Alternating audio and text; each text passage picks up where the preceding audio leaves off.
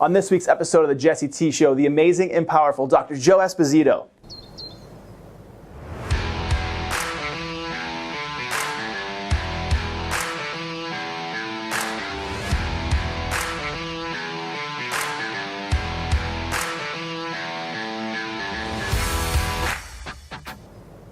Dr. Joe, great to have you. Thanks for having me here. I appreciate It's a huge pleasure of mine. I'm a huge fan. What you're doing in the industry and what you're doing to change people's lives is a huge noble effort. I'm excited to showcase you to my audience and vice versa. So tell the world a little bit about Dr. Joe. Well, it's been a fun trip so far. Boy, what stories we have to tell. Grew up in New Jersey, Hoboken, New Jersey. My father was a sign hanger. My mother was a stay-home mom. My sister was 3 years old when my mother got pregnant with me. And my father fell off a ladder on Tunley Avenue in Jersey City, New Jersey. Fell off a ladder. He was a sign hanger. Broke his back, fractured his skull, went deaf instantly. My mother's pregnant with me. We're living in this one little apartment called Railroad Rooms in Hoboken, New Jersey. You know, Railroad Rooms, if you don't know what they are, all the rooms are lined up one in a row. So you don't have a bed. It's like kitchen, living room, 2 bedrooms, and you're done. And that's it. Or 3 bedrooms, I think, at the time. And you shared heat. I mean, it was crazy. It was either very hot or very cold. And so it was not luxury accommodations, let's say. So here it is. My father's in a hospital, in and out of comas, thinking he's going to die. My mother's pregnant with me. My sister's at home. No higher education in the family. My father came from a family of 10 kids, all of them laborers. I don't know if any of them graduated high school. In fact, I'm not even sure of that because they're all passed now. So I don't even know if any of them graduated high school, my uncles, 2 aunts. And so it was an interesting time to be born into turmoil, if that's the right word. So we grew up there, and somehow we survived. It was just amazing. We had a little bit of disability. I think it was $60 a week from workers' comp and Social Security, and he couldn't work. There was no OSHA laws. There was no hire the handicap. You were deaf. You were done. Yep. That was it. You were out of society. On the sidelines. Yes. Yep. So we survived, and I didn't know that we were poor. Nobody ever told me that we were poor because that's all we ever knew. My cousins, we had tons of cousins and aunts and uncles, and everybody were laborers, and so that nobody had a lot of money. Yep. And so we grew up in Hoboken. Then it got really rough, and it was kind of the late 60s, I guess, and Hoboken became the hood. I mean, it was scary. You'd hear gunshots. There were gangs, and so we moved out to a place called Carlstead, East Rutherford area, which was Giant Stadium was there. So it was suburbia. It was, little pink houses, sure, as the song goes. Felt like you were moving up a little bit? Oh my God. A big bit. Big bit. Man, we had a toilet, yeah. A toilet that wasn't off the kitchen, Right. So. And so did my high school years there. Played football, played hockey, tried wrestling. I was too ticklish. Yeah. Before you wrestled, too ticklish. Never forget That's it. Hilarious. A guy named Mike Sardoni. I was just below heavyweight because I was about 210 pounds at the time. In high school player. Yeah. It's huge. And this guy, Mike Sardoni, who weighed 110, I think it was, we were jerking around one day in wrestling. He tickled me, pinned me, and the coach said, "You can't wrestle. That's it. You're ticklish." That dream, gone. So I did a lot of acting because that was easy. It was a lot of fun. So I did acting and was class student council president and always a leader on the football field because I didn't know any better. Yep. No one told me there was anything else to do. My mother said, if you go away to college, you're done. Yep. We're cutting you off from finances. You're on your own. If you go to community college, you could live at home. And I thought, okay. Sure. So it was $15 a credit. No, $13 a credit. I remember that. Now it's $500 a credit. Exponentially higher. Yes. Yeah. I worked, and here's the thing. I didn't know that you could borrow money to go to school. No one ever told me you could borrow money to go to school. So I wanted to become a neurosurgeon originally because my father was deaf, and my father said, rub my back. Hey, Joey, rub my back. My back feels good when you rub my back. So I rubbed my father's back, and I thought, okay, this was fun. I want to be a doctor because it made him feel good. Yep. It was made instant you feel good, making others feel good. Of course. And as a child, you want instant gratification from your parents. That was instant gratification. Yep. So I was going to be a neurosurgeon, operate on my father, bring his hearing back. I started talking to colleagues in the medical world, not colleagues at the time. Everyone I spoke to hated their job. The team physician, my parents' doctors. Whenever I talked to a doctor about being a medical doctor, they hated it. Oh my goodness. Don't do it. It's a lot of work, malpractice, late hours, blood, problems with patients. Now, this is when doctors made a lot of money. This is not today where you get HMOs, where you do a $100 service, you get $10 for it. This is when doctors got paid. You dressed up, you changed your underwear to go to the doctors. Sure. And so I looked up to these guys, and they were all telling me, don't do this. And I went, So my grandmother said to me one day, she says, go talk to my chiropractor. He does something with nerves. Okay. So I walked into a chiropractor's office, didn't know anything about it. hair down to my shoulders, long beard, flannel shirt, dirty t-shirt, jeans, work boots, and I walked into this guy's office, and it was on Patterson Plank Road in East Rutherford, New Jersey. Can't remember his name. And he was as nice as he could be. That's he awesome. loved what he did. He explained chiropractic to me. He explained the nervous system. He explained colleges to go to if you need a letter of recommendation. He doesn't even know me. He's going to give me a letter of recommendation. There's great people in the world. Yes. Contrary to popular belief. Yes, exactly. They're I was like, whoa. They can be found everywhere. Yeah. So I thought, maybe this is a fluke. Yep. So I walked into another chiropractor. Just walked in, no appointment. I didn't understand the etiquette or rules or anything like that. This guy, same thing. Have you ever had x-rays done? Let's take some x-rays of you. Let's show what your spine looks like. No charge. How cool is that? I went, oh my God, this is amazing. So I'm thinking to myself, maybe I need to be a chiropractor. It was exciting. This guy loved their job. They did something with nerves. You get to be a doctor. Sounded good to me. Yeah. So I went to my mother. I said, I'm going to be a chiropractor. And she said, I don't care if you're a garbage man. Just be the best garbage man you could be. Yep. And I went, okay, got mom's permission. This is great. Did undergraduate. And I remember this. I was two of my teachers in undergraduate, Dr. Titora and Dr. Anagnostakis. Now, if you're in the health world, they wrote the #1 selling book. I think it's still a #1 selling book on anatomy and physiology. Okay. Now, they were gods. I mean, they wrote the book. They were rich. Mount Olympus. They were famous, yeah. Yeah. And I remember having lunch one day with Dr. Titora, and he said to me, he says, Joe, what are you going to be, when you graduate? And I said, I want to be, I was the only guy in the class. It was a nursing program, basically, and I was the only guy in the class. I said, I think I want to be a chiropractor. He says, I can get you into any medical school you want and get you a full ride if you want it. And I went, let me rethink this again now.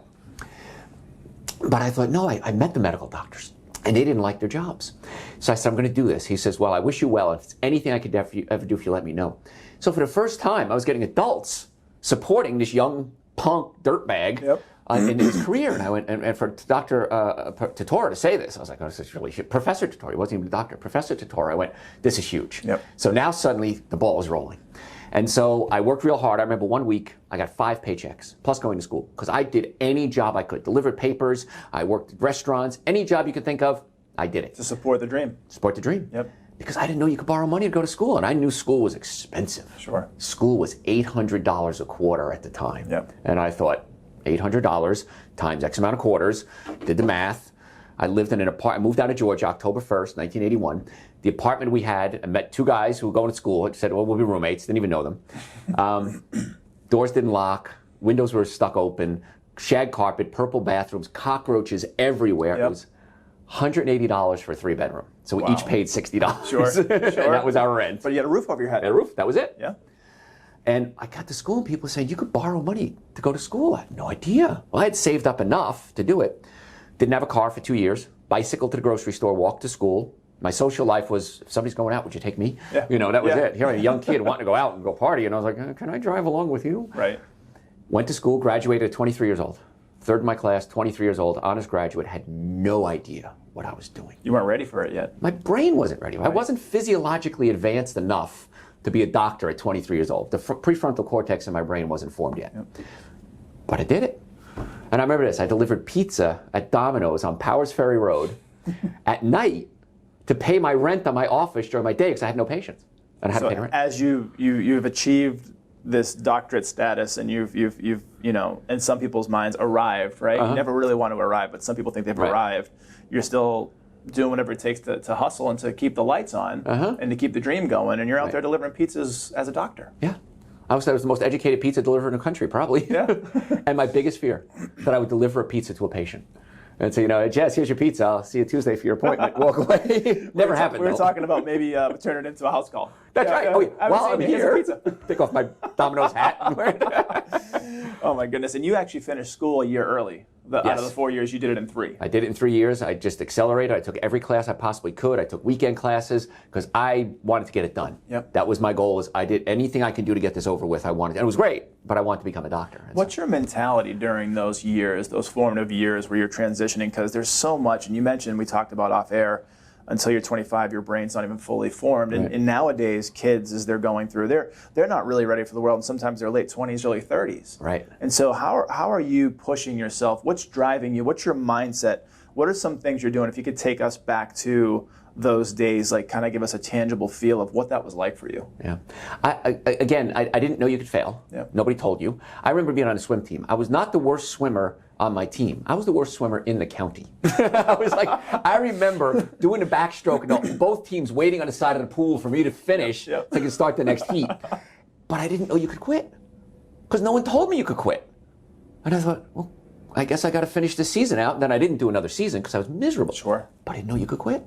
And that was my father. Just, you don't quit, go do it. Yep. Get out there. Yep. I was 14 years old, working at Dunkin' Donuts, cleaning toilets.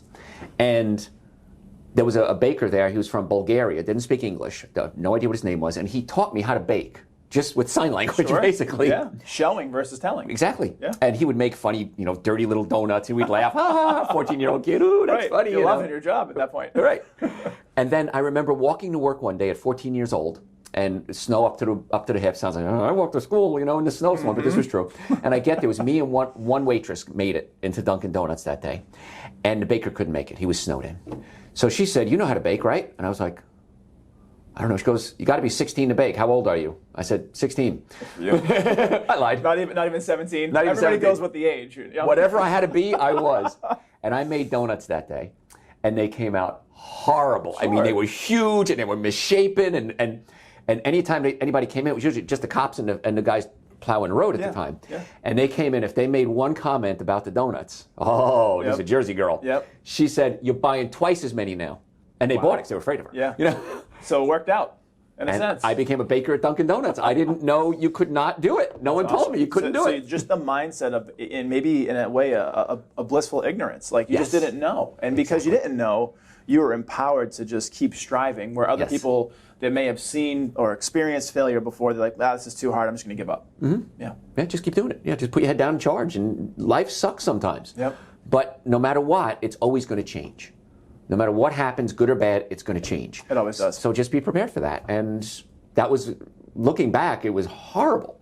I mean, I hated my life at the time because it was nothing but work and I was poor, but I didn't know any better. Yep. And looking back, thank God that happened. Yeah. It built you to who you are today. Yeah, of course. And you wouldn't be where you are today if it wasn't the pizza deliveries or the Dunkin' Donuts or the swimming and all these things. So that's where you are. So now getting through to Georgia, coming in, being here for a little bit, and delivering pizzas, but still hustling. I know you said your first year in business, you didn't break any records in terms of revenue. So talk a little bit about that. I made $9,889 my first year in practice.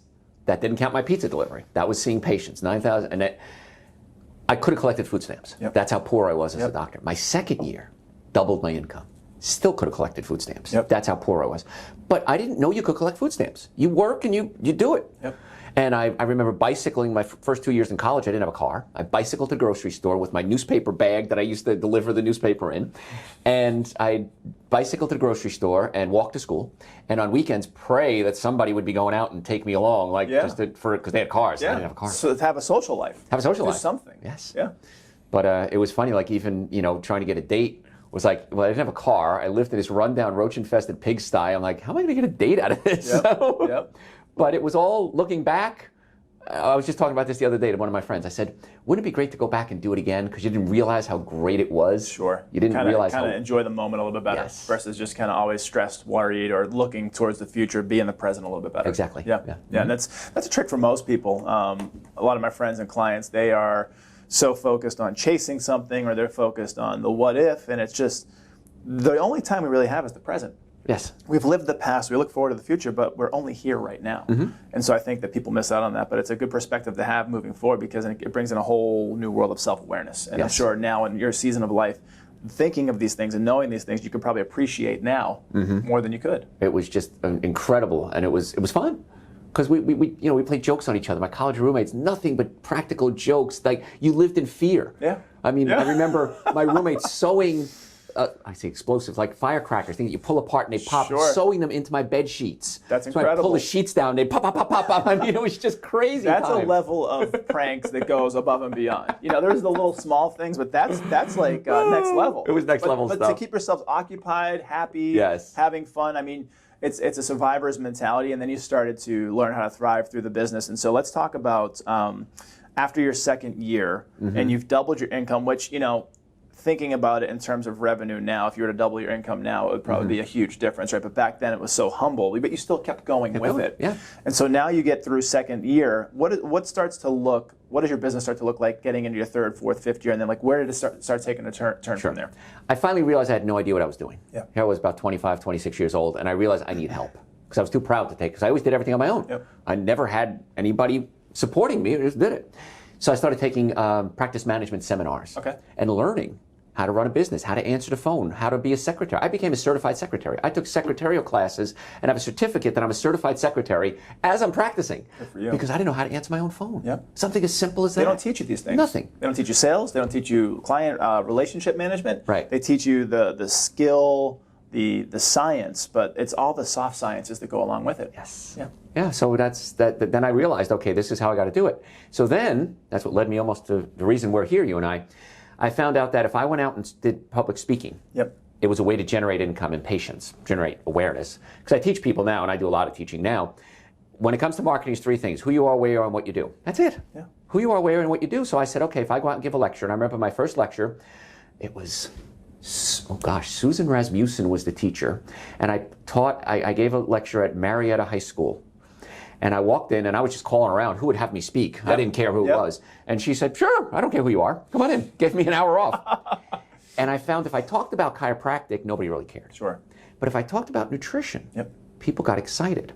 So I was working on my nutrition degree at the time. And that's when I realized that people really care about nutrition. If you talk about biochemistry, neurophysiology, and anatomy, physics, that's way over everybody's head. But you talk about tea versus coffee, okay, I can get that. So I remember doing a talk, and she came in as a patient.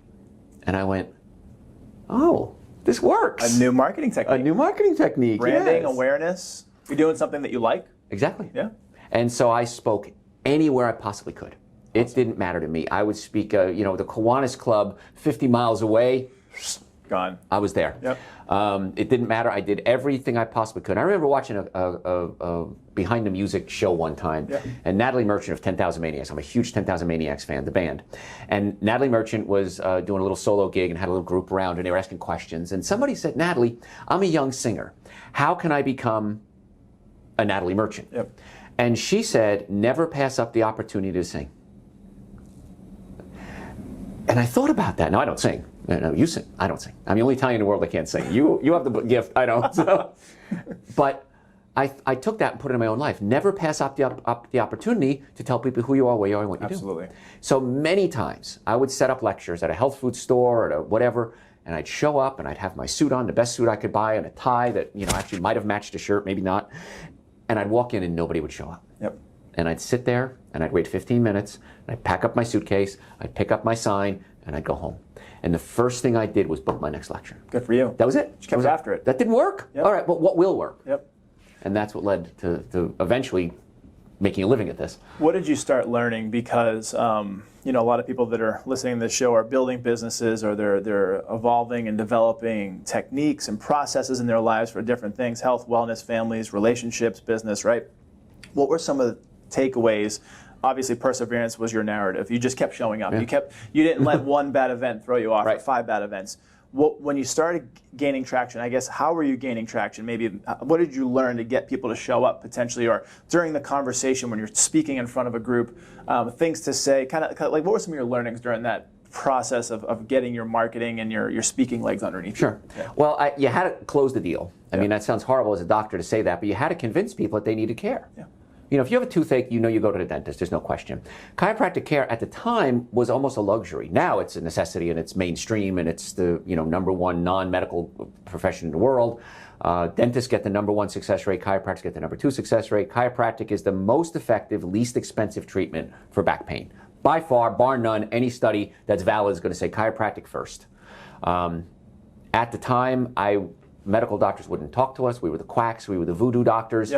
The fringe. The fringe. Well, you were out. You weren't even a threat, so to speak. You were fine. Then we became a threat. Then they tried shutting us down. They failed at that. You're making moves at that point. Yes, when they realized you're a threat. And now, I'll go back to answer your question in a second. Now, a week doesn't go by that I don't get invited out to lunch, dinner, or invitation to a party, or to somebody's office who's a medical professional at least 2-3 times a week. orthos, neuros, hospitals. The major medical hospital here, I won't say who in case I start working with, the major medical university here is begging me to come teach. Yep. As a chiropractor. Yeah. We need to know what you know. On my radio show, every week I get calls from orthos, neuros, medical professionals, nurses, hospital administrators. Your show's amazing. Yep. I learned, I had an endocrinologist come up to me at a party right over here the other day.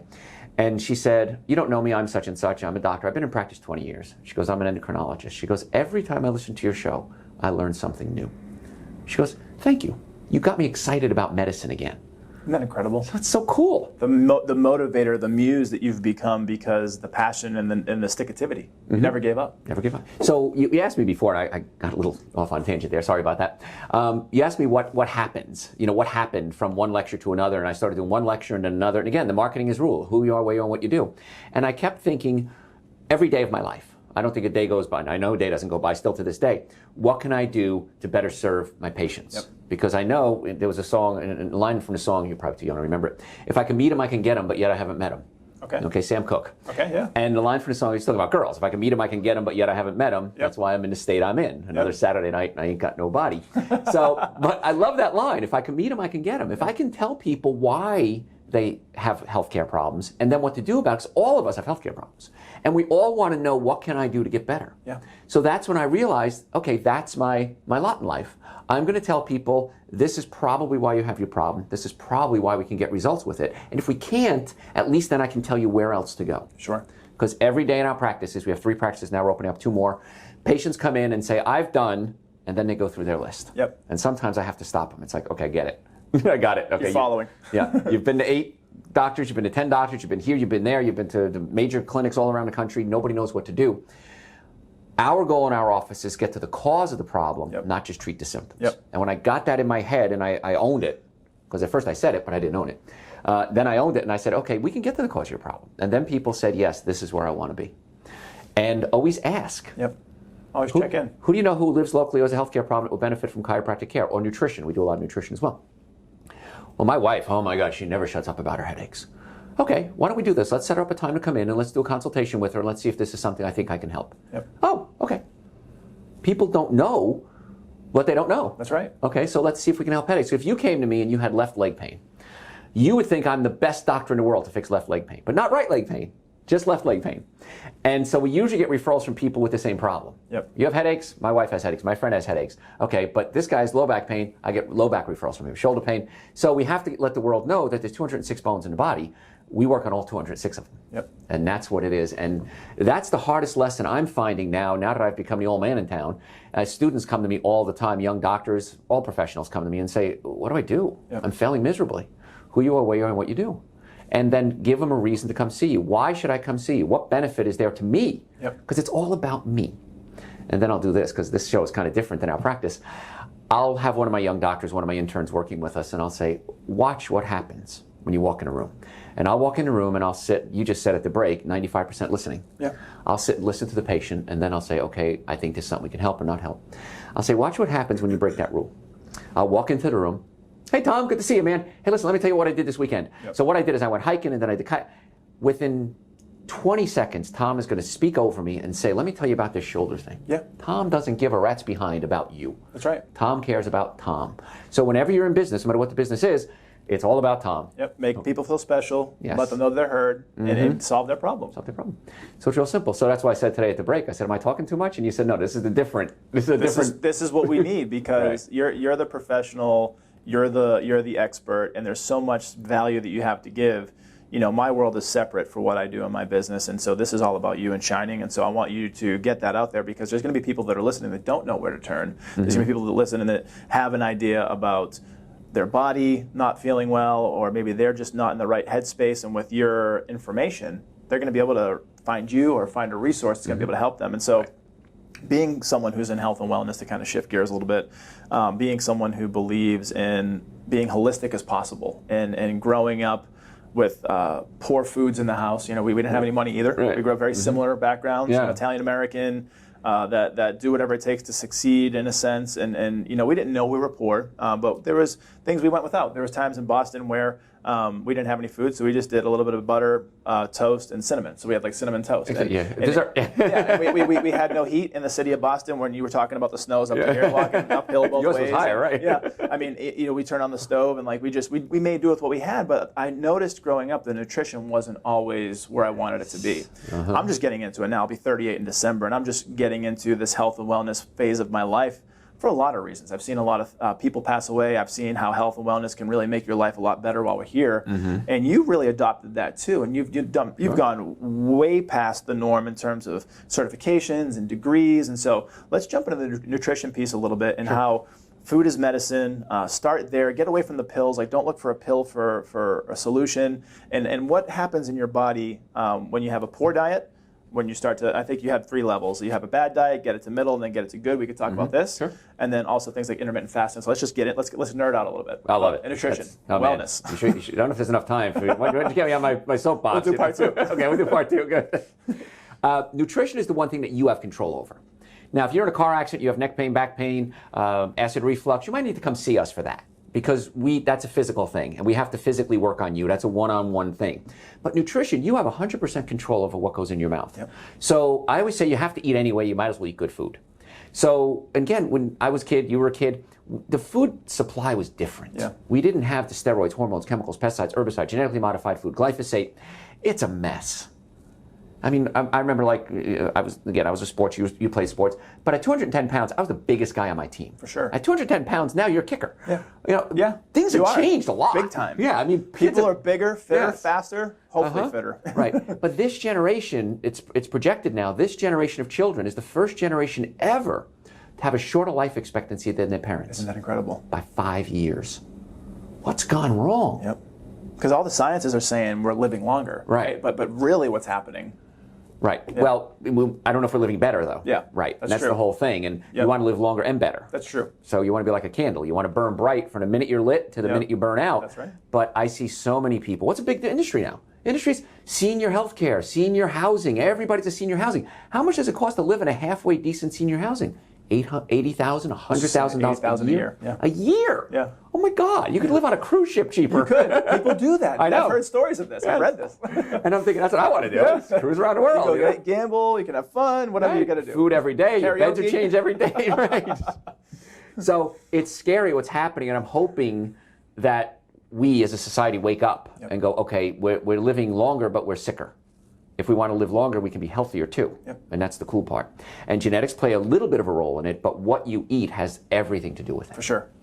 So we said earlier, 3 things you have to have a healthcare plan. Normally functioning nervous system, chiropractic care, normally functioning digestive system, and we'll talk about that a little bit too, because that's the number 2 reason we see patients. Sure. And number 3 is diet. Yep. So we do a lecture. It's one of the first big lectures I ever did. It was called The 7 Deadly Sins of Nutrition. And when I say this, everybody gets mad at me. The 7 foods you want to cut back or cut out of your diet: alcohol, meat, sugar, dairy, coffee, soda, and artificial sweetener. What people love. Yes. Collectively, everyone says, well, you're an idiot. I'm going to starve to death, and I can't do that. There's about, I'm guessing, 120,000 foods that you can eat. Sure. That are good for you. Sure. There's 7 you want to avoid. So if I ask you, okay, you're my financial planner, and I say, listen, I've got this amazing deal that I can buy into. They're going to give me $120,000. I've got to give 7 back. Yep. No strings attached. Yep. Would you advise me to take that? No strings attached. Right. You'd say, of course you take that. Don't be an idiot. Can I get it? I want to know what the catch is. That's what I'm thinking in my Right. mind. There's always strings There's always attached a catch. to a deal that good. And the cool part is when it comes to nutrition, there's absolutely no catch. 120,000 good foods, 7 you want to avoid. That's it. Yep. It's not a bad deal. Yep. And the cool part about it is, from a financial standpoint, if you do change your diet to a healthy diet, it's way cheaper than anything you're doing right now. So at the end of the week, I hear this every day: Dr. Joe, something's wrong. I said, what? I opened my wallet on Friday and it was full of money. How about that? I didn't understand it. That makes me happy. Yeah, right. Makes you happy, right? Makes me happy to know people can do that. Yeah, it's like, why do I have all this money? I don't understand it. And then I go back and they say, oh yeah, that's right. I didn't spend $3, $4, $5 on a cup of coffee. Yep. I got some ginger tea that I bought a whole box of it for $2, and that's 20 days. And I put stevia in it instead of sugar. Yep. And the stevia cost me another, I don't know, 10 cents. So instead of spending $2, $3, $4 on a cup of coffee, I'm doing something good for myself as opposed to something bad for myself. That's right. And I just saved $3 a day. Wait a minute. That's pretty cool. Nick, Now parlay that into a restaurant. Yep. You and I are going to go out to a business meeting. And I don't make food part of my business meetings. I do a lot of business meetings. Like I said, I'm invited many, many times a week to go out. And I never make food part of the meeting. Whatever it is, I just order something that's healthy. Sure. And the cheapest thing on the menu inevitably is going to be the healthiest thing on the menu. Isn't that interesting? So yeah, I can go out and have steak. And a lot of times these guys are buying because they want to know me. They want to be, they want to be part of my. They want to schmooze you a little bit. Yeah, right. Yeah. They want to get referrals. They want to refer to me. They want to pick my brain. Yep. And I always laugh when I go to a steakhouse. I'm like, this is great. You know it's coming. Where's the pitch? There's the pitch, right? High-end steakhouse, and anything you want, Joe. Order whatever you want, and the valet parking and the fan. They pull the seat out for you. This is not where you and I grew up, right? Not at all. They put the napkin on your lap. Napkin? What's this? What is this? Yeah. That was your napkin, right? The muppina, we used to call it. The little towel. Yeah. Exactly. Old school. So, and then I'll say, well, I'll have the Brussels sprouts, the cauliflower, and the mushrooms. Yeah. And they're looking at me. Yep. And I'm like, that's fine. Let's go back to our business meeting, And then inevitably the meeting turns around. Yep. And I end up directing the meeting where they thought they were going to direct the meeting. I direct the meeting. I did a conference in Las Vegas one time. I was a guest speaker at this huge conference, and they were so excited. Dr. Joe was going to be there, and they flew me out and they put me up in the MGM, and they said, you're here for the weekend. Just present your receipts at the end of the week for your food and your entertainment. Anything's on us. Sure. They were so happy to have Dr. Joe as their speaker. So at the end of the week, I handed in my receipts, like 2 days, whatever it was, and it was like $21. And they said, no, all your meals, not just your snack, all your meals. One, yeah. And I said, no, this is it. Because I had to stay light because I was being a speaker. So I found a place that had some stir-fried veggies. It was like a little food court in one of the casinos. And I ate there lunch every day. Breakfast, I just had fruit. Sure. No big deal. I just had some fruit and some tea. And then dinner was part of the conferences, so I didn't do any of that. And I just had salad and I had vegetables, whatever it was. And they were like, they weren't understanding that my food bill was $21. It was $3 $7 meals, basically. They were expecting hundreds or thousands. Yes, and they would have been fine with it. Sure. So I was always like, give me the cash, we'll call it even. Right. Yeah. But I had $3 $7 vegetable plates. Breakfast was part of the hotel, and dinner was that. And so when you start looking at, you're probably going to live longer, save money, feel better, have more energy, act younger. Most people think I'm 15 years younger than I am, which I'm perfectly fine with. And there's no downside to doing this except one, that the meatball sandwiches taste good. Yeah. But so does other things. Sure. And that's when you finally get that in your mind that I don't have to stuff myself. That's when your life changes. So today with your nutrition personally, it sounds like you're heavy on the vegetables and the whole foods. What are some things in your diet today? Well, I have my own line of supplements I've created. So I start my day with something called Dr. Joe's Super Greens and Dr. Joe's Essential Source. They're two powders. Essential Source is raw fruits and vegetables in a powder form. Okay. We juice them, take the water out at a very low temperature. What's left is a powder. Then we add prebiotics, probiotics, digestive enzymes, and a complete multivitamin.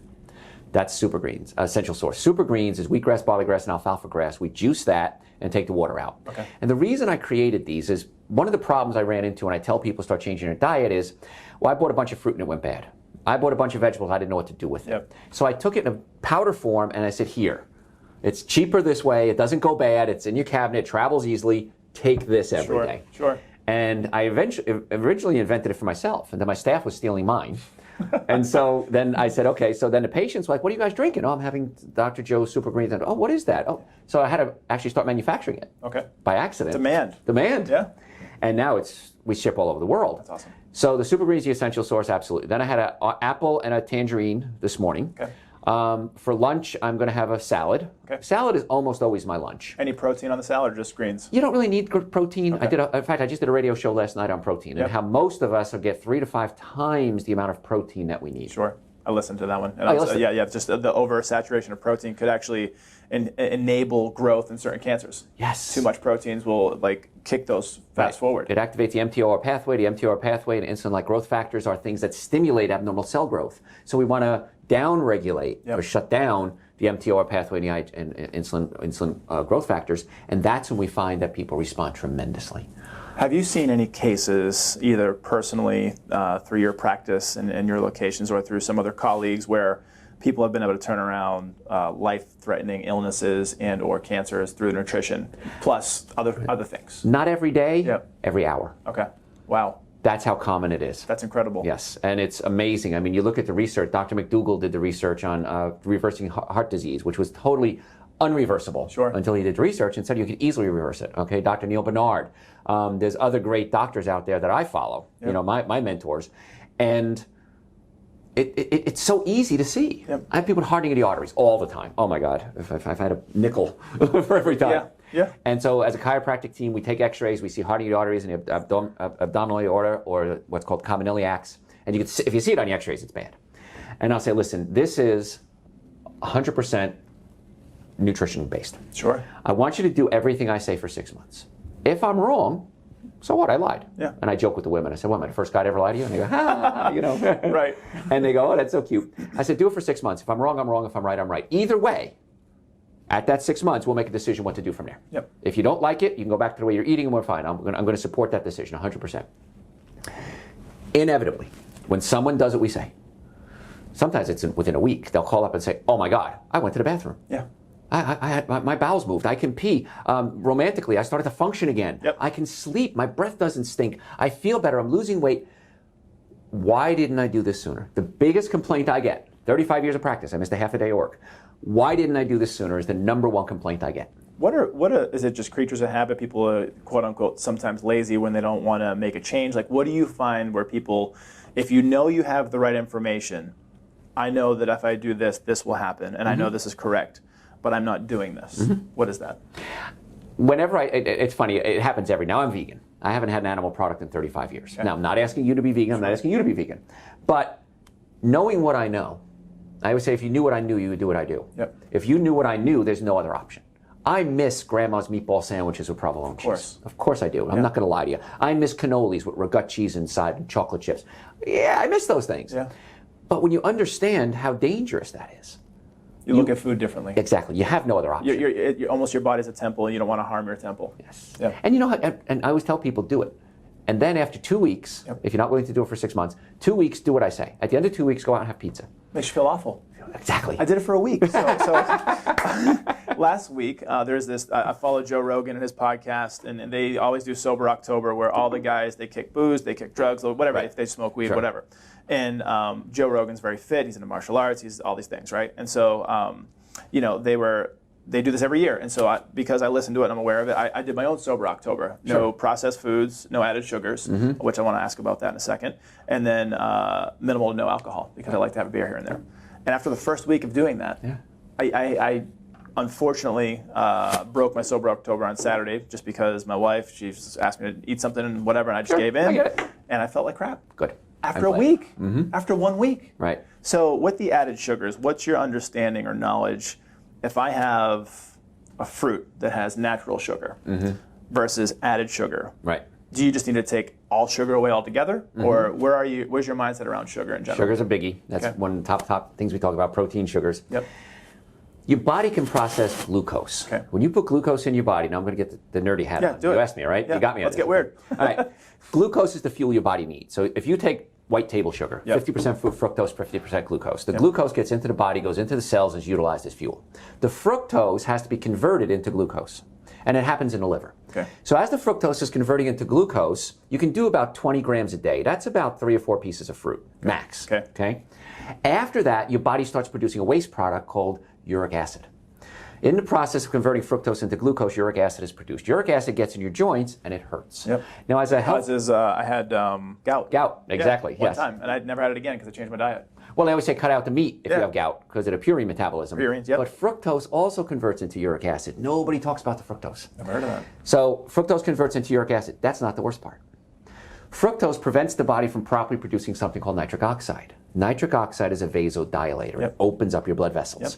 Now, why is that important? Brain function, workout, muscle, energy, romance. Performance, performance in the bedroom. Yes. Absolutely. I mean, you watch any sporting event and every third commercial is for little blue pills. Yeah. And apparently 50% of America is not working and the other 50% needs the blue pills anyway. And as soon as you get the nitric oxide level built back up in the body, many things happen. Sexual performance, blood pressure drops. Nitric oxide opens up your blood vessels, which lowers the pressure. So everybody's out there trying to treat blood pressure. I'm not against you taking medication. Please understand this. I love medication. I love surgery. I think it's amazing. But you shouldn't do that first. So taking blood pressure medication lowers your blood pressure, or we can ask the simple question, why do I have high blood pressure? And many times it's a nitric oxide issue. What's the root versus just slapping a Band-Aid on it? Yes. And after 30, your nitric oxide starts to drop. After 40, it plummets. Really? Okay. So if we took something like a little blue pill for sexual performance, does it work? Absolutely. Is it dangerous? Absolutely. Talk to anybody who works in an emergency room. They will tell you those, if you have an erection, horror stories of more than 4 hours, go see your doctor. Yeah. And every day they'll come in with their funny stories, and the guy's trying not to say he has it. Yeah, it's embarrassing, but you're not getting to the cause of the problem. And the more you take, the more you need. Yep.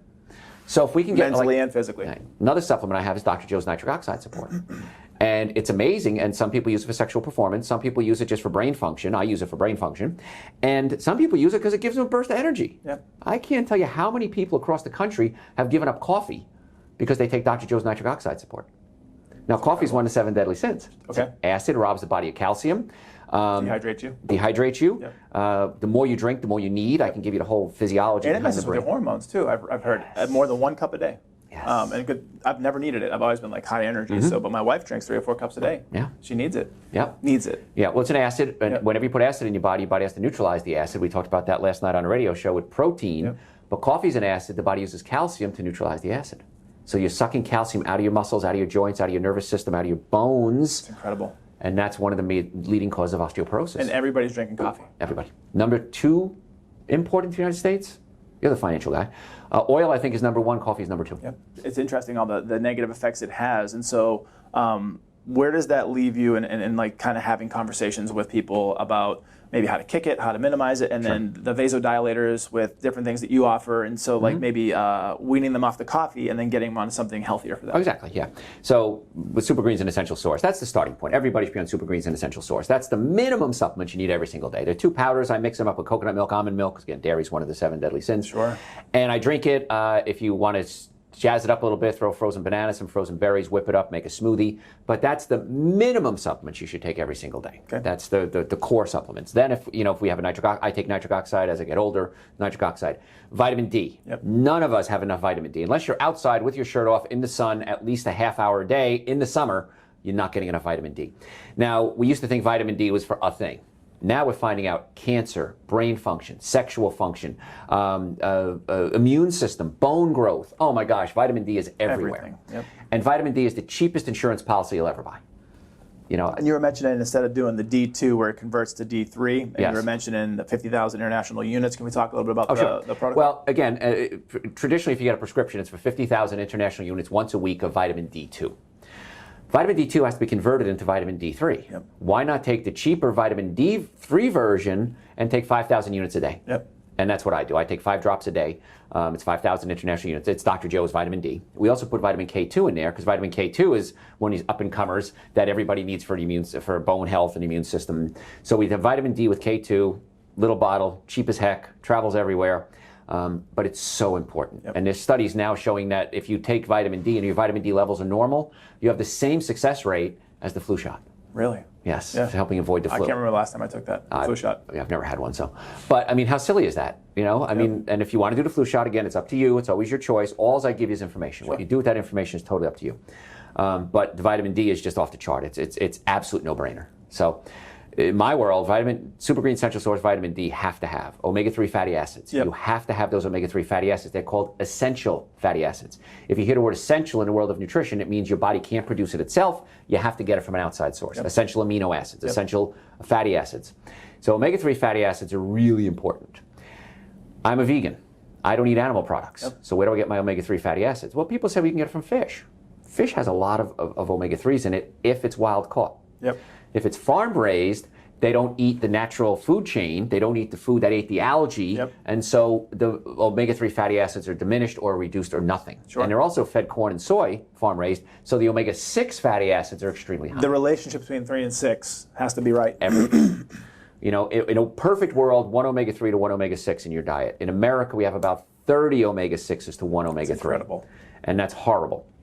So fish also, you run the risk of contamination from mercury and other contaminants. So if you're going to eat fish, it's got to be wild caught. But what do you do to fish? You cook it. Yep. As soon as you cook it, the omega-3s start to break down. Right. And certain smoke points, you may cause carcinogenics, Right. all these things. Exactly. So fish don't produce omega-3 fatty acids. Fish get it from eating smaller fish. You eat smaller fish, you eat algae. Algae is the purest form of omega-3 fatty acids in what's called the DHA and EPA form. So I've created Dr. Joe's omega-3 fatty acids from algae. And it's on the website, drjoe.com. One a day is all you need. I take 2. Good for you. Because I want to make sure. Overachiever. I am. Got to take more. Have you felt, I know there's some people, like, this term's become sexy over the years, biohacking and human optimization, but really it's just like treating your body right and doing the right things. And so have you been able to experiment, I know this part is yes, but have you been able to feel almost immediately, like if you introduce one of your supplements, or if you know, take away something and you're tinkering with the ratio of omega-3 to omega-6, have you been able to feel almost, how quickly have you been able to feel those changes and some of those benefits from those changes? Well, I teach all my doctors, and I have a lot of doctors come work with me, medical doctors, chiropractors, they want to intern with me, and I always say the sicker they are, the better they get. So the sicker the patient is, the better results you're going to get with them, because you have so much more to go, you know, so much improvement space. So the answer is nitric oxide right away, okay? Super green is an essential source, usually a couple of days. Vitamin D, you're not going to feel anything. You just have to know it's working. We have an intestinal cleanser. If your bowels aren't moving 2 to 3 times a day, we'll get them on Dr. Joe's intestinal cleanser. You see the results right away. Bam, it works. I have a headache, I take an aspirin, it works. And that's our mindset. And I understand that. If I have a headache, I want to get rid of the pain. So I'll take, you know, acetaminophen, which blocks pain, and then I'll go see one of my doctors and say, why do I have a headache? Find out why I'm having a headache, and they'll do an examination. Your atlas is out of place. Your stomach is pushed up against your diaphragm. Your neck muscles are spasmed, and then I fix it. So my doctors and my patients, our patients, are spoiled. Because they go, fix this. Okay, we fix it. All right, great, and they walk out. If they don't fix it, they get mad. Wait a minute, it took 3 visits? What's wrong with you? You've had this thing for 30 years. I'm not that good, okay? It's going to take a few visits. So it's exciting when you take health for granted, in the opposite way. I just expect to be healthy. I don't expect to be sick. I expect you to be don't put the work in. Exactly. The effort, the habits, the routines. Yes, and with chiropractic, it's not a one and done. You know, I've seen back surgeries. I've been in emergency rooms and operating rooms. I'm sorry, watched the back surgery, and you do it, and then you do rehab afterwards, 6 to 8 weeks out of life, maybe not working, not having any income, and then people are like, more than happy to do that. Well, my insurance covered that. Yeah, but you just lost 8 weeks of your life. If you have 1 surgery, chances you're going to have 2 more before you die. Again, I'm a chiropractic orthopedist, so I deal a lot with orthopedic cases. And I think to myself, okay, but with chiropractic, you have to go back. It's not a one and done. It's a maintenance for life. And why wouldn't you pop in for an adjustment for a couple of bucks and maintain your health? And many patients get that, some don't. They will. You know, I have had people around us. My wife's, one of her best friends went to Life University, lived down in Orlando, has a successful practice by measures, and just, I just never really got into, because growing up, we didn't have money to go to the doctor. We didn't, you know, we didn't know about this. And my mom was like all about holistic, you know, because it was cheaper probably at the time. And so whatever made sense. And so I didn't grow up with this information, but going through my journey in life and learning and hearing things. And so, you know, I've linked up with a local gentleman, chiropractor. I talked about him off here earlier. And, you know, I'm almost 100% positive between, I had year-round allergies. And so it started off as seasonal allergies, and probably because of poor nutrition, and probably because of other environmental factors and things that I was doing or not doing. And then once it became year-round allergies and suffering, I started seeking out the initial route of how do I get it fixed quickly. So you go to the allergist, and they do the little walking on your back. You're allergic to 48 out of 50 things I touched you with. Here's liquid prednisone so you don't pass out. And then from there, it's like, well, we'll put you on a system for 5 years, and we'll just inject you with something, and then you won't have any. I'm like, I'm not going to do any of that. I want to fix this the best way I can. A couple years later, start to realize a couple things, learning, and you know, the chiropractic route, and then also overexposure. And so started running this year and getting out into the elements and being like almost like that tablespoon of local honey every day. You're almost a mini flu shot, right? You're introducing the virus, so to speak, so that the antibodies can come in. And you know, I'm not a scientist, right? But you are, and it can come in and it can help fix the problem. But also with the chiropractic, the cranial, the facial, adjusting, and down to a minimum, I've had any sinus stuff for the most part. It's incredible. How easy was that? So there's this. There's a camp. There's always camps. There's a camp that says chiropractic's voodoo still. It's bullshit. Whatever. There's a camp that has experienced it and experienced miracles. Well, that camp is getting smaller and smaller, which is great. I believe it. Because like I said, I have to turn down invitations on a regular basis to the medical world because I just don't have the time. There are some nights I just want to go home and, you know, put on cartoons and just relax and veg out. because with our website, drjoe.com, we get hits from all over the world, people asking questions, and my staff is trained to answer some, but some they got to come back to me. For sure. And I probably do 10, 15 a day on that, plus patients, plus patient phone calls, plus, you know, like I said, we host the #1 radio show in the world, WSB Radio on Health and Wellness, Dr. Joe Show. We do a TV show for Channel 2 as well. We love doing things like this, interviews like this. And so sometimes you just got to say, enough already. I got to stop for myself. For sure. I got to get my own mental Self-care. health. Yeah. But you talk about allergies, the #1 food allergen by far, dairy products. Yep. And I'll tell you right now, if you could just give up dairy products, your sinuses will probably get better. Yeah. Maybe not 100%, but improve. Improve. #2 food allergen, wheat. Now, when you and I were kids, it was a different wheat. Yep. Now the wheat's been hybridized, and there's more protein in it. There's more gluten in it. It needs to produce more. The money. Yes. It's always about the money. Of course it is. Everything is. And you know what? I'm a capitalist. Yeah. Good for them for making a buck, Yeah. but that doesn't mean you have to do this. Yep. Education is everything. I have no problem going to the Braves stadium and watching a Braves game and seeing all the people eating hot dogs and beer and everything. I'm sorry they're doing that. Yeah. But what's happening now? Now they have plant-based hamburgers, plant-based hot dogs at the Falcon Stadium. They have healthier drinks. Yep. They've lowered the price on some of the healthier foods. So it's Economy's happening. catching up. Yes. And the socially conscious, the right thing to do. Like, we're living in a really cool time because for years smoking was cool. Yeah. Right? Sure. Why do you start smoking? To be cool. Right. That's when it all started. I couldn't tell you how much I disdain smoking. My mom smoked, my grandfather smoked, my dad smoked, and it's like the world is starting to realize that being in shape and being healthy and nutrition and wellness and everything that comes together, that's the sexy side of it. And you live better today. Yeah. Versus trudging through life. You say burning the candle bright but slowly. Like, you want to be youthful. You want to be. I want to be able to play and run with my kids when I'm 70, 80 years old. Exactly. That's the goal. Yes. You have to do things now to map over to that. Exactly right. Yeah. No one on their deathbed said, "Boy, I'm so glad I lived the life I did." Right. If they're dying of a horrible disease. Top 5 regrets that people that die are just, I didn't have enough time with family. I didn't do the things that I should have done. And I focused on career too much. Or I chased the money. You need those things. Those are tools that you can live a better life, have access to better care, have access to better food, have access to these things. And people don't realize what's most important right now is time, and time spent better than focusing on some of those things. A famous guy once said, "Forgive them, for they know not what they do." Yeah. And that's what's so great about interviews. I've heard of like that famous this. guy. You heard that guy once or twice? Went to Catholic school. You're like you, didn't you? I went to Catholic school too. Yeah. Forgive them, for they know not what they do. What a profound statement. Yeah. But that they may have not had the opportunity to learn. I mean, that's how Christianity started. Let's go out and tell them because nobody else knew. Well, why can't we, not saying compare ourselves to Christianity, of course, but why can't we go out and tell the world? We have the answers now. Yep. The answer is very simple. Cut out dairy and wheat. 2 weeks, see how you feel. At the end of 2 weeks, have pizza. If you feel like crap, don't eat wheat and dairy anymore. There you go. If you don't feel crap, then you can eat whatever you want. It's a very simple rule, and it costs you absolutely nothing. And if I'm right, which I am, I love it. do what I say. Yeah. You know, I always joke with my patients, am I the first guy to ever lie to you? No. I said, if I'm right, if I'm wrong, then go back to your life. If I'm right, which I am, then go continue on with this lifestyle. No one, 35 years of practice, plus radio and television and books and everything else, and I don't know how many tens of thousands, maybe millions of people we've impacted in our lives, what we do, have ever said, "Dr. Joe, I did everything you say and I regret it." Right. No one's ever said that. Right. Everyone has said, "I did what you said and I'm happy." They have said, "I did what you said, then I went back to the old ways and I regret that." But there's no downside to getting healthy. And if nothing else, you're going to save a ton of money. For sure. It's the cheapest way to live is the healthiest way to live. Yep.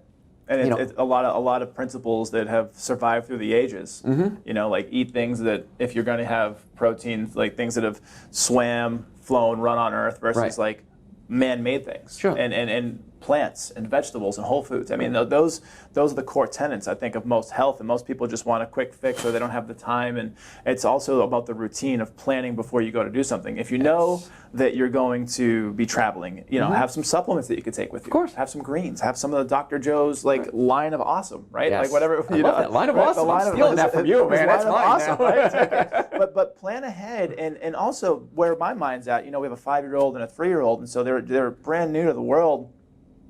I want them to understand that health is wealth, right? Yes. I'm in the wealth management business. You want to have money so that you can do things and open doors that you didn't have access to before. But you want to be healthy to walk through those doors. Yes. Because what's the point of having all these things and you just can't even get out of bed in the morning? And so with our kids, we're going through a transition now where we're trying to clean out all the bad stuff in the house and we're trying to show them good eating habits and all these different things. And so I think it's really important that the education that's everywhere We just get it and we utilize it and make it part of our day-to-day process. It's no reason not to. That's the whole thing. There's no reason not to do it. You talked about, I don't have time. Yep. Okay. I talk to my staff. Some are great, some aren't. And I'll say, I don't have time to pack lunch. Yep. Okay, so you have to then go out to a fast food place and wait in line and get the food and put it in a bag and drive back. I said, you can buy a container of lettuce, okay, or pre-mixed salads. The whole thing mixed together if you want to, organic. Open up the bag, dump it in there, and get some organic salad dressing and put it on top. Good to go. Maybe throw some nutritional yeast on it. That's what I do every day for lunch. Yep. And $2, yep. $3, let's go crazy, $4. And it's all intents and purposes quicker. Much quicker. And more importantly than the quicker or the cheaper, because those things are important to people because they're so, like, they see right in front of them, the health that they don't see, what's happening inside your body. And I think that we talked about this really quick, what's happening inside your body in terms of like your gut health and how that pertains to everything. Yes. And so I think it was Socrates who said, or Hippocrates, one of the two, right? Great Stoic, said that all disease and all health starts in the gut. Yes. And it's a second brain. And so I've taken this to heart, and I've done some research, and I've done some testing with a gut health test on a human biome, a company called Viome with a V. And you send off a sample of your stool and you send it out, and 2 weeks later they come back and they give you all this data based on these preliminary things that you've given them on the front end. And I know you do stuff like this within your practice where you do testing. Talk a little bit about how important that is about the gut health, and then mapping over the information going forward with what they found with that gut health test. Sure. The number one reason we see patients in chiropractic offices is pain, neck pain, back pain, shoulder pain, car accidents. Here's a rule. If you've ever been in a car accident, if the car was damaged, you were damaged. You are not stronger than your car. I don't care who you are. You need to come see us right away. Now, if right away means it was 50 years ago, don't make it 50 years in one day. If you were hurt, if you were in a car accident, you were hurt. I went to a rugby game the other day. Every play, these guys are hurt on. Not every game. Every play, these guys are getting hurt. Okay, football, hockey, as athletes, no one survives sports without getting hurt. So you need to get that fixed, because that's the easiest, quickest, least expensive thing to do to line up your body and get everything lined up. And as you've learned with chiropractic care, I go nuts every day. Why isn't the whole world doing this? Now, some days we have a long wait at our office, but I always think every day I should come to the office. There should be a waiting line around my building waiting to come see us. I can't imagine why that isn't happening, but it will. Okay, so second reason we see patients is digestion. And you have a sheet of muscle called the diaphragm. And in the diaphragm, you have a muscle called the lower esophageal sphincter. And it's a sphincter. It opens and closes. You swallow food, it opens, food drops in the stomach, it closes, you digest food, and you pass it on. That sphincter is not very strong. And as you get older, it gets weaker. No matter how big your body is, it's hard to work out your sphincters, okay? So what happens is the stomach can push up into that diaphragm and stretch the lower esophageal sphincter. And you have something called acid reflux, heartburn, burping, gas, bloating, chronic cough, always doing this, sinus problems. Acid is coming all the way up to the sinuses. We've developed a technique where we can actually adjust or pull the stomach down away from the diaphragm, adjusting the stomach. 85% of the patients we check have this problem. And that's how common it is. Now, your stomach has, keep it simple, one job. Take proteins and break them into something called amino acids. Now, proteins look like balls of yarn. And you have something called pepsin and pepsinogens released in the stomach. It unravels it. It goes into the small intestine, where the pancreas kicks in, releases more protease to break it down into something called amino acids. It goes into your digestive system. You absorb amino acids. I'll give you a 4-hour lecture on this. I'll try to do it quick. The amino acid tryptophan combines with vitamin B6 and creates a chemical called 5-HTP. 5-HTP becomes serotonin. Serotonin is the neurotransmitter in your brain that makes you happy. It helps you focus. And there's a lot of drugs out there that you can utilize the little bit of serotonin that you have. Or, what if we just make more serotonin? So if we fix the gut, you're able to break down the proteins. Tyrosine becomes dopamine. Dopamine gives you pleasure.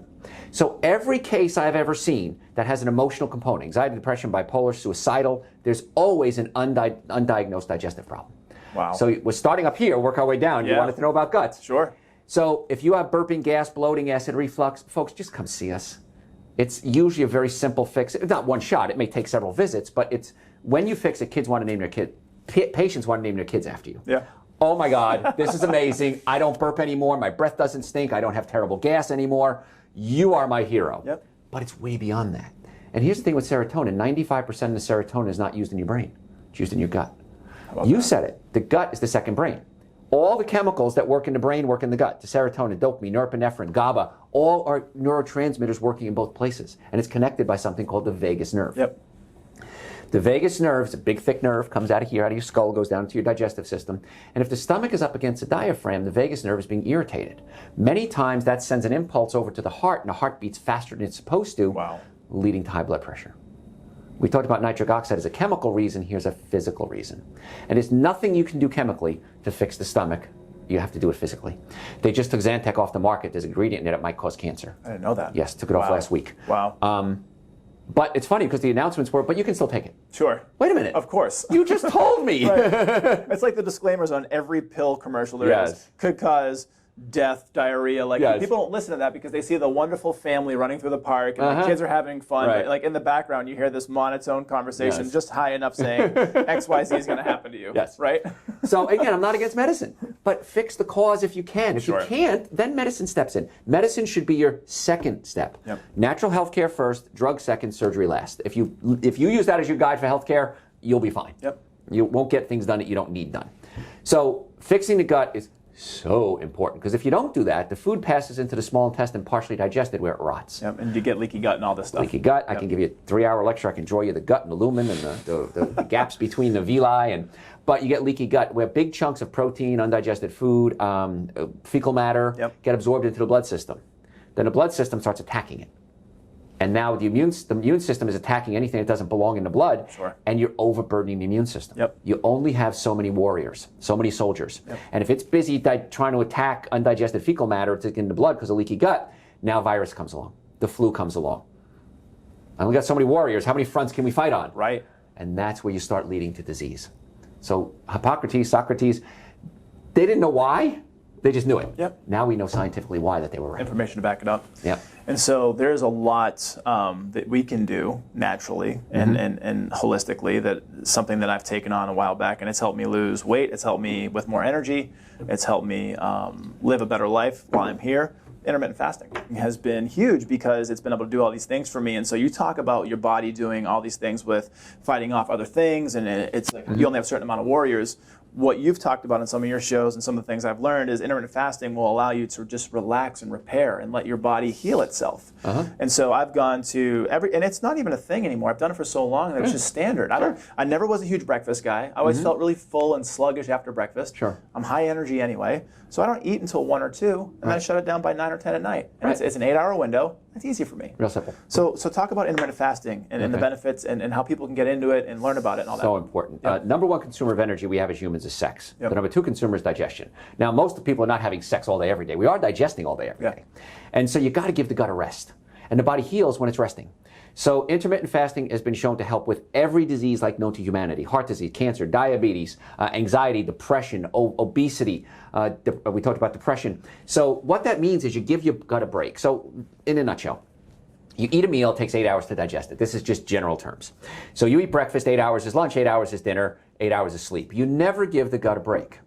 So the intermittent fasting, the simple way to do it is to skip a meal. Yep. Whether it's breakfast, I do dinner. Yep. I love waking up and having breakfast. There you go. But I have super green essential source, fruit, salad. So I'm already essentially fasting, you know. But 2 or 3 times a week, I just skip dinner. Like I do a Sunday night radio show. So I'll have lunch maybe 3 o'clock in the afternoon. I'll go in, I'll do my show, high energy for 2 hours. I'm done at 9 o'clock. I'm not going to eat. Yep. So that's one of my nights. And then usually throughout the week, I just kind of, I float because I make it easy. All right, tonight I have nothing to do. I'm not going out to a dinner. I don't have to do anything. We're going to skip it, okay? So try to give your body a break the best you can. If you can skip breakfast, great. If you can skip dinner, great. That's great. But after 8 hours, your body goes into a fat-burning machine. So if you eat and wait 8 hours, the 9th hour, generally speaking, you start burning fat. Every hour that goes past there, you're a fat-burning machine. Yep. And so if you want to lose weight, you got to let the body rest. Because it's really hard to go on a diet. Because it doesn't work. It's temporary. Diet in itself, it just means it's not going to last long. Exactly. Yeah. So skip it. And then if you can really get into more advanced fasting, fast 1 day a week.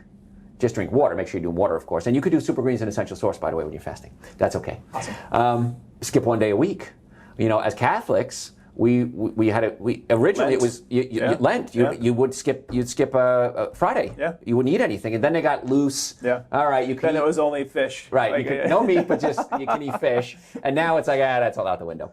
But a lot of that, if we go back to Leviticus, when Moses wrote Leviticus for the Old Testament and for the Torah, he talked about in Leviticus, these are the rules to live by. It wasn't religious. It was rules to take care of yourself. Yep. If you're going to eat meat, cloven hoof, cud chewing. So if you're going to eat meat based on the Bible, Cud chewing means it's eating grasses. Yep. Corn is not cud. Nope. Okay, the soybeans are not cud. So if you're going to eat animal products, which you shouldn't, but if you do, organic only. And that causes a lot of inflammation as the my corn. God. And 2 hours inflammation on- leads to disease. Yes. I mean, it all goes back. Yes. So giving the gut a rest is amazing. If you have the acid reflux, that's a physical thing. Unfortunately, you can't fix that yourself. If you have neck pain, back pain, shoulder pain, numbness, tingling, headaches, digestive issues, you probably want to come see us. Yep. And you'll be like all our other patients to say, why didn't I do this sooner? It's the most effective, least expensive treatment for healthcare. That's why we're number 2 right behind medicine as far as healthcare goes. We will be number 1, I predict, soon. And things like this are the reason why the community is getting this knowledge. I agree.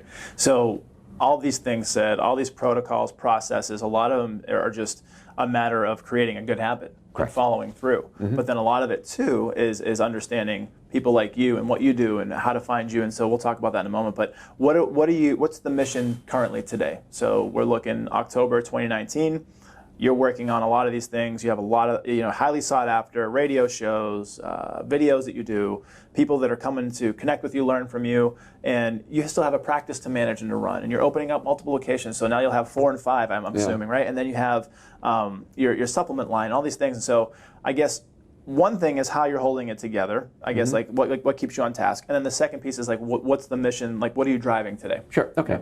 What holds me on task is taking care of myself. Yep. I got to have more energy than everybody else. I run circles around people half my age that work for me, and they're like, my one guy, Garrett, he's my marketing director. He says, he'll say, "You got batteries back there, don't you? You got wires back there somewhere because you're not human." The average life, was it 26,960 days? I want to live every one of them, and I don't want that to be average. I want to be normal. There's a difference. Average is what everybody else does. Normal is what you should be doing. Sure. And I don't want to be average. I never want to be average. So I want to live many, many, many more years.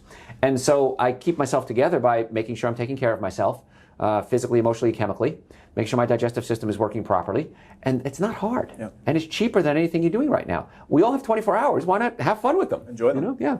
And so the mission going forward is I want to get this word out to the public so that it becomes commonplace. And the success has been, I see the success. It's just been exponentially going up and up and up and up. Sure.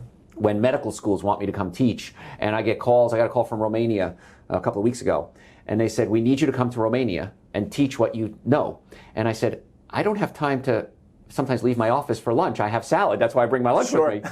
I can't fly to Romania." And this guy got mad, and he started cursing in English, which was amazing. Right.